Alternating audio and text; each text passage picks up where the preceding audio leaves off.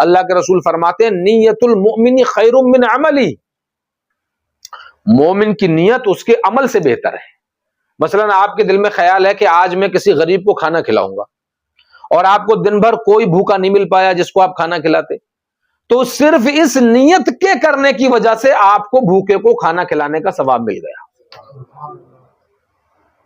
اس لیے نیت ہمیشہ اچھی رکھنی چاہیے۔ اور بخاری شریف کی پہلی حدیث ہے، اسی لیے مصطفیٰ فرماتے ہیں انما الاعمال بالنیات، اعمال کا دار و مدار نیتوں کے اوپر ہے۔ جیسی نیت ہوگی ویسی ہی برکت ہوگی، اور جیسی اللہ تعالی کا بندہ نیت کرتا ہے اللہ تعالیٰ ویسے ہی اس کے لیے دروازے کھولتا ہے۔ اسی لیے ہمیں ہر وقت نیت اچھی رکھنی چاہیے، خلوص رکھنا چاہیے، کیونکہ من یرید اللہ بہ خیرا یفقہہ فی الدین۔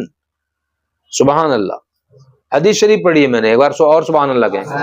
اللہ فرماتا ہے من یرید اللہ بہ خیرا یفقہہ فی الدین، اس کا ترجمہ ہے کہ اللہ تعالیٰ جس کے ساتھ بھلائی کا ارادہ کرتا ہے اسے دین کی سمجھ عطا کرتا ہے۔ اسے کیا کرتا ہے؟ اگر اللہ تعالیٰ اس آدمی سے راضی ہوتا کہ جس کے پاس بے شمار دولت ہے، کچھ لوگ کہتے ہیں نا کہ ہم رات دن نماز پڑھ رہے ہیں، رات دن روزہ رکھ رہے ہیں، رات دن ہم اللہ کی عبادت کر رہے ہیں، پھر بھی ہم غریب ہیں، اور فلاں کو دیکھو کتنا دیا ہے، فلاں کو کتنا دیا ہے۔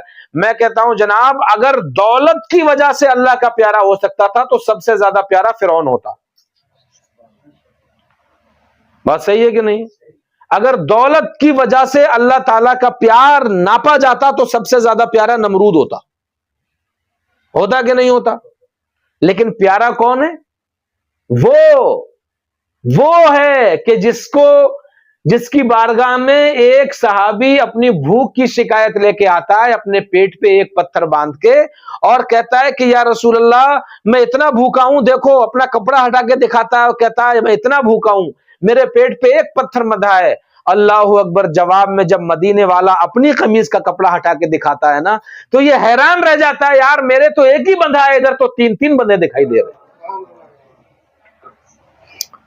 تو اللہ کی رضا پیسے میں نہیں ہے، اللہ کی رضا بھوک میں ہے، اللہ کی رضا غربت میں ہے، کیونکہ پیسے کا حساب دینے کے لیے میدان محشر میں اس زمین پہ کھڑا ہونا پڑے گا جو تانبے کی طرح کھولتی ہوگی، سورج کی تمازت کی وجہ سے۔ اتنی دیر تک کھڑے ہو کر کون اتنی دولت کا حساب دے پائے گا؟ سمجھے؟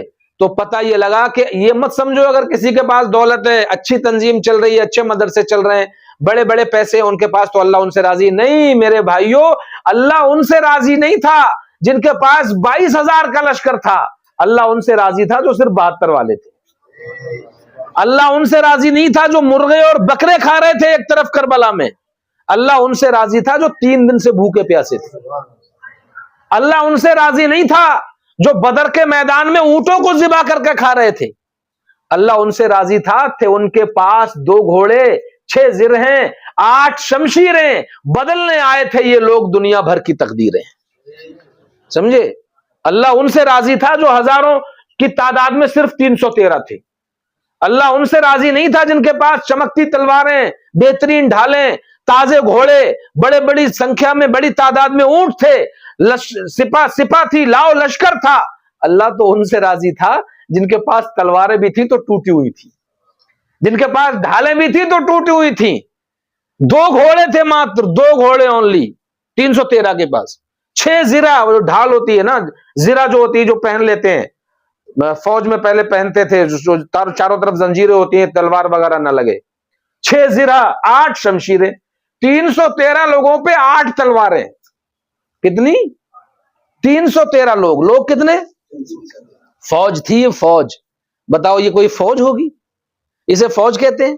بھئی اسے تو کوئی فوج بھی نہیں کہے گا۔ اس سے زیادہ ہتھیار تو قافلے والے لے کے چلتے تھے، اس سے زیادہ ہتھیار تو آج کل گھروں میں ہوتے ہیں، ایک گھر میں ہوتے ہیں۔ پوری فوج کے پاس 8 تلواریں، 2 گھوڑے، 6 زرہ، میدان میں نکل گئے۔ اللہ کے رسول صلی اللہ تعالی علیہ وسلم نے ایک طرف کھڑے ہو کے جب اس سپاہ پہ نظر ڈالی، جب اس لشکر پہ نظر ڈالی تو آنکھیں بھیگ گئیں۔ اللہ کی بارگاہ میں سجدہ کیا، ہاتھ اٹھا دیے، اے مولا جو کچھ ہے تیرے سپاہی یہی ہیں، اب تیرے اختیار میں، اب تو جان کے ان کو زندہ رکھنا ہے یا مار دینا ہے۔ اے اللہ تیرے دین کے لیے جو کچھ میں لایا بس یہی سپاہی ہیں، میں ان کی فتح کے لیے تجھ سے دعا کرتا ہوں۔ یہ وہ دین ہے کہ جس نے ہمیں جینے سے زیادہ، زندگی سے زیادہ موت سے پیار کرنا سکھایا ہے۔ سمجھ رہے ہیں؟ یہ وہ دین ہے۔ اس چکر میں مت رہو کہ ہمارے پاس پیسہ کم ہے، دوسرے لوگوں کے پاس پیسہ زیادہ ہے، دوسرے لوگ اچھے مکانوں میں کام کر رہے ہیں، اچھی اچھی بلڈنگیں بنا رہے ہیں۔ میں کہتا ہوں بھائی تم سے اللہ راضی ہے، اور اللہ کی رضا کی علامت، اس کی پہچان یہ ہے کہ اللہ تعالی تم سے چھوٹے سے مکان میں دین کا کام لے رہا ہے۔ سمجھ رہے ہیں؟ کسی کی اوقات نہیں کہ جو اپنی مرضی سے اس کے دین کا کام کر سکے، کسی کی اوقات نہیں، یہ تو اس کی مرضی ہے کہ جس سے چاہے دین کا کام لے لے۔